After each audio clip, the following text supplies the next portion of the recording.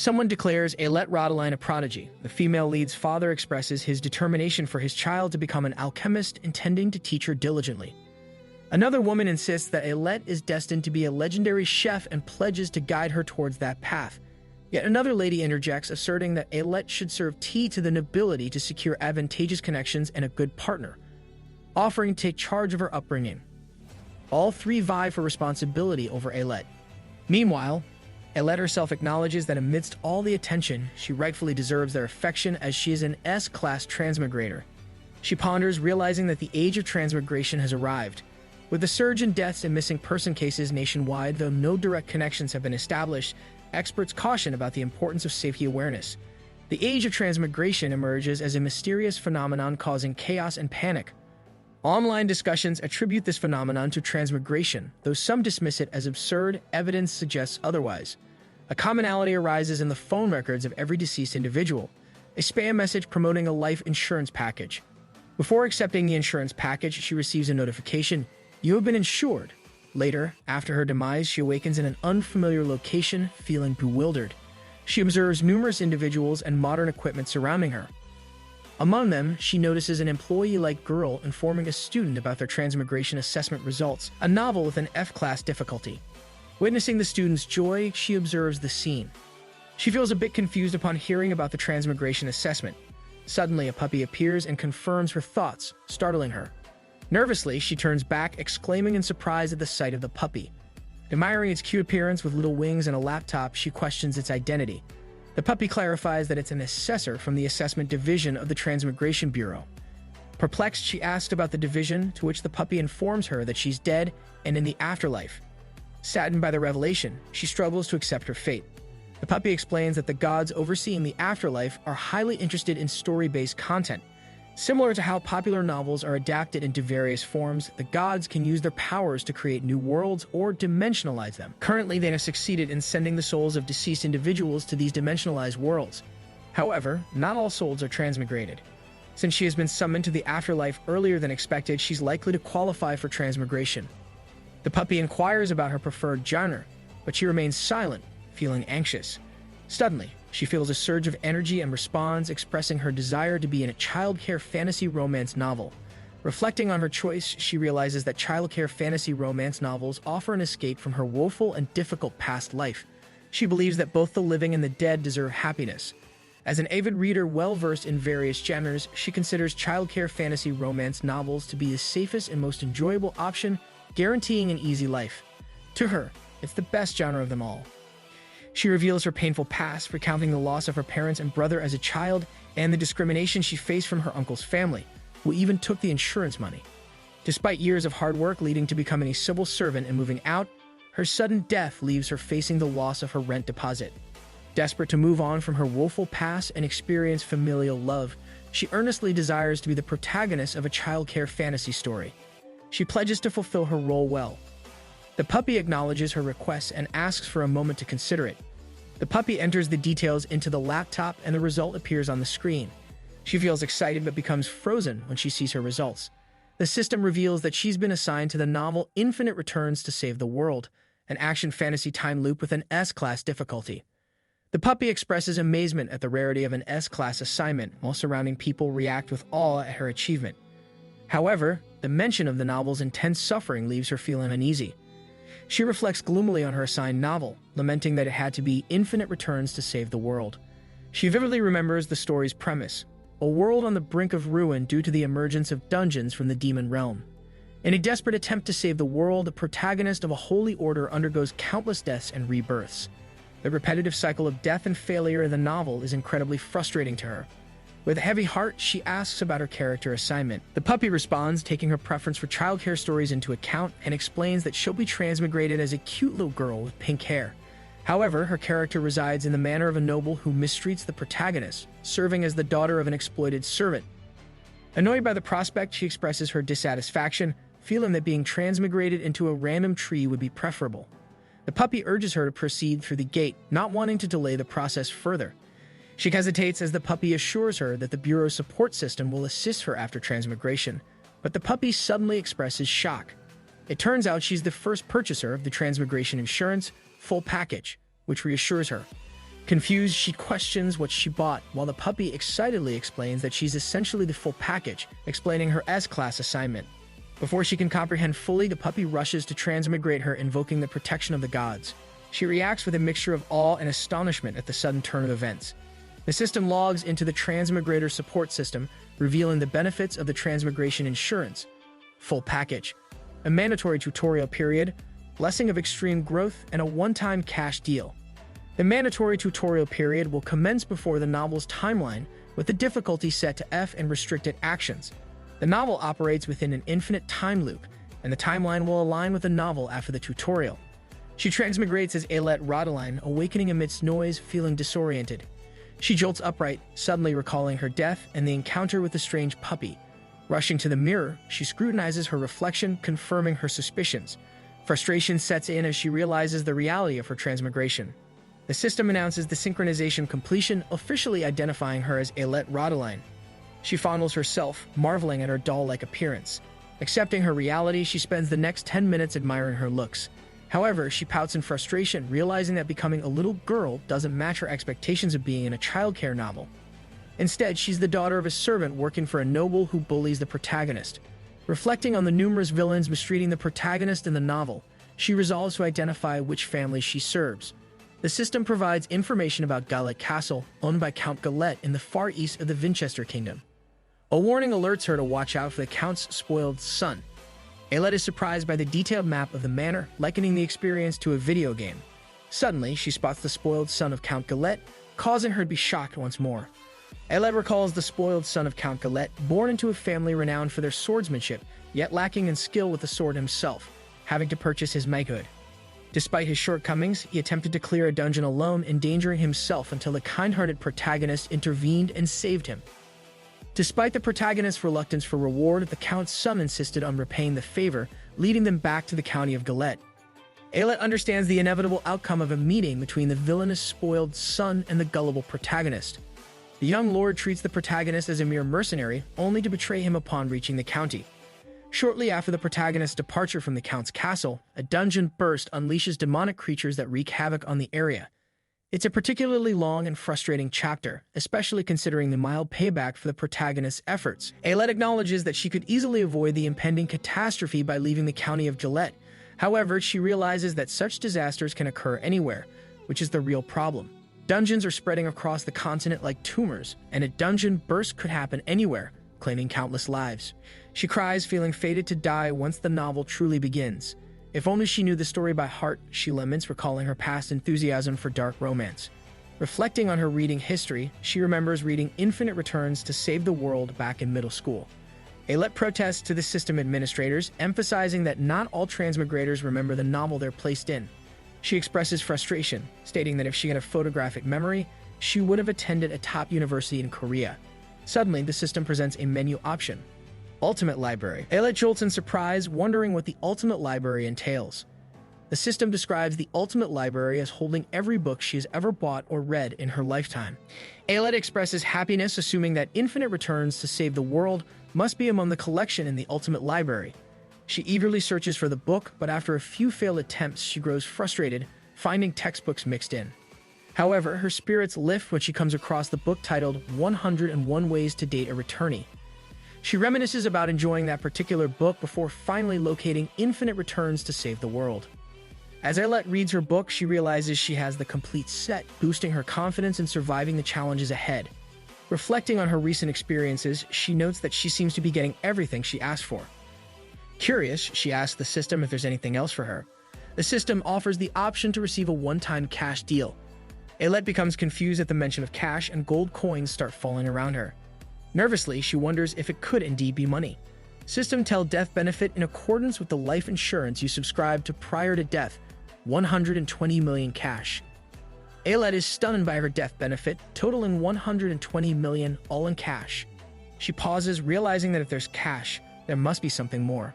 The system begins loading the transmigrator's item shop, appearing before Aelette. The shop offers special items to increase her chances of survival, all conveniently in one place. Reflecting on the situation, Aelette wonders if she can truly use this money to purchase items that will aid her in surviving the novel. It feels strange to think that she's spending her own death benefit, but she recognizes that these perks could be essential for her survival. Ayelet plops down, determined to start shopping with her 120 million cash. She notes that she can also purchase more cash down the road, which is a relief. However, she reminds herself to be careful about her spending. Just then, the system offers a skill package, combat, and must-have item for transmigrators in fantasy or martial arts genres for 10 million cash. Ayelet reacts excitedly, realizing it's a must-buy. She reflects on the high difficulty of the novel and acknowledges the necessity of acquiring a skill set. Considering that aura, magic, and divine power exist in this world, she decides to choose one later. As she continues scrolling, she comes across the Blessing of Rapid Growth, a blessing from the gods of the Transmigration Bureau that doubles skill experience gain. Excitedly, she decides to purchase it, but the system denies her request, informing her that a more advanced version of the item is already in effect. Blessing of Extreme Growth not for sale, a blessing from the gods of the Transmigration Bureau, which allows her to gain 5 times as many skill XP. Ayelet reflects on the rarity of the item, noting that it can't even be purchased with money. She considers her acquisitions, a skill package, Blessing of Extreme Growth, and the Ultimate Library, hoping they'll aid her survival in this S-class novel. The system announces the setting of the novel's loop sequence, prompting her to reflect on the significance of the protagonist's loops in this universe of infinite loops. Like its title suggests, Infinite Returns to save the world forces his protagonist to live his life over and over again. With each iteration, he encounters more people who deceive and betray him. Despite being seen as a kind and faithful holy knight by those around him, they view him as nothing more than delightful prey. Each lifetime of loss and betrayal gradually corrupts the protagonist's heart, but he grows stronger with every loop. If he has lived through many lives, his chances of saving the world increase, which also raises the likelihood of her own survival. Ayelet pleads for this to be one of the later sequences, hoping to avoid more frustrating episodes. The system reveals that after the tutorial, the novel will be set to the 17th loop. Reflecting on the nature of the novel, Ayelet notes that despite its overall frustration, certain lifetimes progress quickly, such as the 17th loop. This rapid progress is due to a mysterious enemy who kills the protagonist at the beginning, revealed only in the final chapters of the novel. Disheartened by this revelation, Ayelet sprawls out, expressing her unhappiness and questioning why this particular loop had to be chosen. She wonders about the logistics of the situation. If the protagonist dies right after the novel starts, who will defeat the mysterious murderer, the most powerful being in this universe? Even if she manages to save the protagonist, he only becomes strong enough around the 70th loop. Can she make this work? Despite the uncertainty, she is determined. She refuses to give up, realizing that she must become stronger to survive. She decides to focus solely on herself, relying on her own abilities and the powers of the skill package, Blessing of Extreme Growth, and the Ultimate Library. The system completes the initial guide, initiating a new tutorial quest. The mandatory tutorial period aims to prepare her for a wholesome transmigrated life, specifically tailored for S-class transmigrators. To survive the brutally difficult S-class novel, she must improve her skills and reach the top 100th rank in the novel's universe. Her current rank will only be displayed once she reaches rank 1000 or above. With 3,392 days, 2 hours, and 15 minutes remaining until the end of the tutorial, the reward remains unknown, while failure results in death. Ayelet is shocked by the extreme penalty for failure, questioning the system about it. Just then, a girl comes running towards Ayelet with an evil smile. A startled Ayelet wonders who she is. The girl confidently declares that she knew she would find Ayelet there. Inhaling sharply, the girl suddenly screams, announcing to everyone that she has found Ayelet and that Ayelet has been hiding there.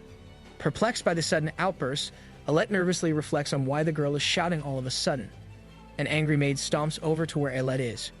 She yells at Ayelet, calling her a lazy parasite, and demands to know what she's doing there, instructing her to go and help out in the kitchen. Confused, Ayelet asks if the maid is referring to her if she is being asked to work in the kitchen.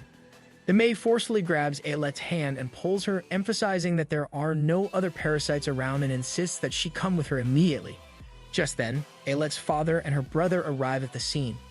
Concerned, her father requests a moment, stating that Ayelet is too young to work in the kitchen just yet. Her brother echoes their father's sentiment, offering to take on the task instead. Ayelet, observing her brother, notes that he has the same hair color as her. Their father pleads for reconsideration, highlighting the hectic and demanding nature of kitchen work and expressing concern about Ayelet getting hurt. Ayelet reflects, realizing that the people before her must be her family. Overwhelmed with emotion, she contemplates the concept of family. The maid interrupts, addressing Prinz and Mr. Rodaline, reminding them of their duties. She scolds Prinz for being late for Lord Rombio's classes and Mr. Rodaline for spoiling his daughter, insisting that it's time for Ayelet, who is 10, to start contributing. Prinz counters by mentioning that Nellie, who is 11, isn't working either, causing Nellie to flinch. The maid defends her daughter Nellie, stating that she can't be compared with her because Nellie will be trained to serve tea and shouldn't do hard labor in case she hurts her hands. She asserts her authority as in charge of the maids and threatens to report the situation to the Countess if they don't comply. Nellie attempts to tease Ayelet, whispering about her lack of tears and suggesting she's afraid of being slapped again. Ayelet reflects on Nellie's actions, realizing that she has been hit by her before, solidifying her understanding of who her enemies are. Nellie's mother intervenes, threatening to send Ayelet to the laundry room if the situation continues. Ayelet's father nervously reflects on the harsh conditions in the laundry room, where even the strongest servants struggle with the heat and hard labor. A confident Ayelet steps up, addressing the madam and offering to help out in the kitchen. Reflecting on the dynamics at play, Ayelet realizes where everyone's allegiances lie and decides it's time to resolve the situation. Ayelet looks towards her father Leo and brother Prinz, contemplating her family situation. Despite knowing little about them, she doesn't want to see them suffer. With a smile, she reassures them that she'll do great. Reflecting on her decision, she notes that the item shop sells non-combat skills as well. She decides to purchase the skill package Non-Combat, selecting a skill that will help her live and thrive in her novel's universe. She opts for the cooking skill, spending 2 million cash on it. The system informs her that she has successfully purchased the skill package Non-Combat and has chosen the descendant of a master chef skill. Her cooking skill is now at level 1 and several cooking-related skills are unlocked, including Analyze Ingredients, Amazing Ingredients Preparation, as Sommelier's Taste, and Keeping the Kitchen Sparkling Clean. Ayelet reflects on her newfound abilities, feeling the power in her hands. With confidence, she decides to give it a shot. In the kitchen, Ayelet expertly chops all the vegetables, leaving the kitchen staff stunned by her precision and skill. Ayelet happily announces that the mini carrots, broccoli, garlic, onions, and king oyster mushrooms are all ready, with the bad ones separated aside. She also mentions that she has diced the beef to the desired size and whipped the cream perfectly. The kitchen staff is left speechless at her competence. Ayelet requests a short break due to her sore arm, to which the maid agrees. She sits down on a chair and takes a brief rest. After just 2 seconds, she springs back to her feet, full of energy. Ayelet announces that she's done resting and ready to clean up. The maid is shocked by her quick recovery. Meanwhile, other staff members whisper among themselves, marveling at Ayelet's ability to perform tasks so well and even enjoy the hard labor. Ayelet reflects on her increasing experience points, feeling the progress she's making. The servants express their admiration for Ayelet, finding her adorable and talented. They offer her a taste of the food they prepared, impressed by her skills and knowledge of ingredients. Ayelet graciously accepts the compliments and enjoys the delicious food they offer her. Nellie's mother can't tolerate what's happening, feeling jealous and surprised by Ayelet's sudden recognition. Meanwhile, the head chef calls Ayelet over to taste the cream stew, causing a stir among the staff who are shocked by the unprecedented move. Nellie's mother is horrified by the turn of events. Nellie's mother protests to the head chef, Pisha, about letting a child taste the food, but Pisha dismisses her and tells her to leave the workspace, causing Nellie's mother to flinch in frustration. Pisha offers Ayelet a taste of the food. Ayelet uses her skill, Sommelier's Taste, and suggests adding crushed pepper for more flavor. Pisha's stern expression turns into a smile as she asks Ayelet if she would like to learn how to cook. The kitchen staff is shocked by Pisha's offer, considering how strict her standards usually are. Pisha acknowledges Ayelet's talent and decides not to let her potential go to waste. Ayelet, with innocence, agrees to learn to cook, realizing it will provide her with valuable experience points. Nellie's mother becomes enraged and storms off. Pisha sets a time for Ayelet to start learning in the kitchen, making an exception due to her age. The servants are surprised by this decision. Ayelet beams with enthusiasm at the opportunity. Ayelet continues to knead the dough diligently. A servant expresses concern about her exertion, offering to take over. Despite this, she insists on continuing, determined not to lose out on valuable experience points. The servants commend her hard work and offer assistance if needed. Ayelet acknowledges their support with a simple, okay. Alone, Ayelet reflects on her current situation. She compares her current labor to her past part-time jobs, finding little difference between them. She regrets not pacing herself better, wishing she had transmigrated into a more idealized childcare fantasy romance. In her imagination, she envisions herself as a member of an imperial family or the cherished infant of a powerful duke and duchess, surrounded by luxury and familial love. Despite these thoughts, she acknowledges that she brought this situation upon herself. In the kitchen, Prinz enters, calling out for Ali. Ayelet wonders about him, recalling his name is Prinz. He apologizes for being late, explaining that Lord Romdeau's history lesson just ended. Taking the whisk from Ayelet's hand, he insists on doing the task himself, urging her to take a break. Ayelet hesitates but eventually agrees. As she starts to explain what needs to be done, she notices his wounded hand, feeling concern for him. Ayelet reflects on her break, recalling that she read Infinite Returns to Save the World and stumbled upon the part mentioning the Rodeline family. She remembers that Prinz and herself are the children of Leonard Rodeline, an elite alchemist who worked at the Golden Ivory Tower, also known as the Alchemist's Tower. However, Leonard was cast out when he fell out of favor with the ruling authorities. He then found employment with Count Gallet, who reduced his wages due to him being a single father with 2 children. As an alchemist who lacked knowledge about money and laws, Leonard ended up signing an unfair contract that transferred all his works and possessions to the Count. Consequently, his children, Prinz and Ayelet, became the Count's servants. Ayelet took on the role of a maid, tasked with menial chores around the manor, while Prinz endured being whipped in place of the Count's spoiled son. Ayelet notices Prinz's injured hand and expresses concern. Prinz explains that he was punished because Lord Romdeo failed a test, but he reassures her that he wasn't severely beaten because he did Romdeo's homework for him. Ayelet reflects on Prinz's young age and questions how they could treat him so harshly. She suggests applying ointment and advises him to ask their father for some. However, Prinz becomes nervous, fearing that their father won't allow him to attend classes if he finds out about the injury. He expresses a preference for enduring the whipping if it means he can continue attending classes. Ayelet reacts in disbelief, asking Prinz if their dad doesn't know about his injury. Prinz is surprised by her question and reminds her of their agreement not to tell their dad, which was sealed with Ayelet's promise in exchange for pudding. Ayelet is shocked by her own behavior and reflects on being bribed. She realizes that she can't tell their dad about the injury due to their agreement. Ayelet agrees to help Prinz find ointment in the laboratory later and offers to assist him in applying it to his hand. Prinz becomes teary-eyed, which surprises Ayelet. She asks what's wrong, and Prinz explains that she hasn't called him by his name since they were 4 years old, suggesting that she barely considers him her brother because he's dull and slow to understand. He reveals that she didn't like being around him or talking to him at all. Ayelet reflects on this revelation, realizing that the character she's possessed with wasn't very kind. Prinz remarks that working in the kitchen must have changed Ayelet. She responds shyly, agreeing and attributing her transformations to hard work. Ayelet expresses her intention to talk to Prinz more often from now on and suggests forgetting about her previous self. She reflects on her decision, determining to treat her kind brother the way she wants to. Prinz seeks reassurance that she won't go back on her word, and Ayelet confidently assures him that she won't. Prinz expresses his joy, feeling like he has a real sister now, quickly adding that he didn't mean Ayelet was a fake sister before, just that he's happy. Ayelet reflects on the situation, mentioning her last memory of her own brother when he was 12, so it doesn't feel strange to her either. Just then, a maid enters the kitchen, informing them it's time for snacks. Prinz acknowledges the maid's instruction, and Ayelet suggests they hurry and wash the dishes so they can eat. Prinz agrees, and they both set about their task. Just then, Nellie enters the kitchen, snickering as she speaks. She remarks on Ayelet's task of washing dishes, causing Prinz to become nervous. Nellie continues, expressing pity for Ayelet and imagining the toll it will take on her hands.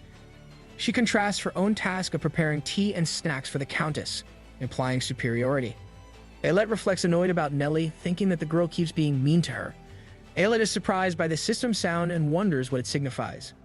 Upon being informed that her cooking skill has reached its maximum level and has now reached level 2, she becomes ecstatic. She's puzzled by the additional skills unlocked, including sweet fruit desserts and basic desserts. When the system informs her about unlocking the skill Steeping Fragrant Tea, Ayelet ponders its significance, wondering about the art of steeping tea. Nellie continues her meme remarks, implying that Ayelet and Prinz are best suited for useless tasks. However, Ayelet's head accidentally collides with Nellie's chin with force, causing Ayelet pain as she exclaims, questioning the hardness of Nellie's head. Nellie, now angry, retorts, claiming that Ayelet stole her line and insults them as dim-witted blockheads. Just then, a lady intervenes, addressing Nellie and reminding her to behave properly at all times, emphasizing that such an attitude is unacceptable when serving a countess. Nellie becomes anxious at the mention of Madame Isella's name. When Isella asks if she has finished weighing the tea leaves as instructed, Nellie hesitates nervously. Ayelet reflects on Isella's role, deducing that she must be responsible for the Countess's tea and desserts. Seeing an opportunity, Ayelet grabs it excitedly, addressing Madame Paisha and asking if it would be alright for her to steep the tea for their break. Paisha inquires if Ayelet wants to undertake the task. Ayelet eagerly expresses her desire to serve tea to everyone who has worked hard with her that day. Paisha grants her permission. Nellie scoffs inwardly, reflecting on Ailette's enthusiasm, doubting if she understands the complexity of steeping tea. Undeterred, Ailette begins preparing the tea.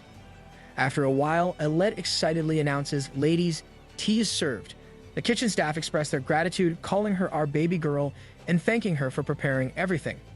Prinz compliments Ailette, expressing amazement at the spread. One servant, after sipping the tea, is amazed, exclaiming how wonderful it tastes. Another servant questions if it's the same tea they always drink, impressed by the difference in flavor. Aisela expresses her interest in trying the tea, prompting Paisha to suggest asking Ailette for it. Ailette, confidently offering teacups, reassures them that there's enough for everyone. Aisela grabs a cup and takes a sip, only to be shocked by its taste.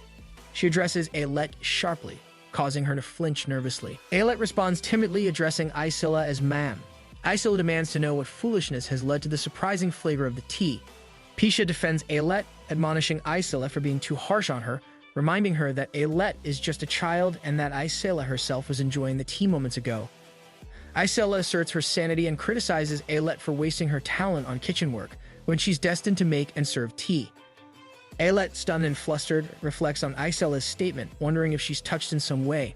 Meanwhile, Nellie observes the situation, unable to believe what's happening. She had expected Ailette to be scolded, but now she's puzzled as to why Aisela is complimenting someone she considers good for nothing. Paisha reacts strongly to Aisela's criticism, questioning why Ailette would choose Nellie as her disciple. Aisela's blunt remark about Nellie's lack of talent stings her. Aisela then turns her attention to Ailette, offering to teach her how to serve tea, instructing her to find her at the same hour starting from tomorrow. Paisha intervenes, insisting that Ailette will learn to cook in the kitchen instead, emphasizing her giftedness and her determination to groom her into a great chef. Eventually, both Aisela and Paisha grab Ailette's hands, suggesting a compromise. They agree that Ailette should learn from both of them, combining their expertise in tea serving and cooking. Ailette expresses confusion and uncertainty about the situation, but ultimately agrees. Nellie is left shocked and speechless by Ailette's unexpected response.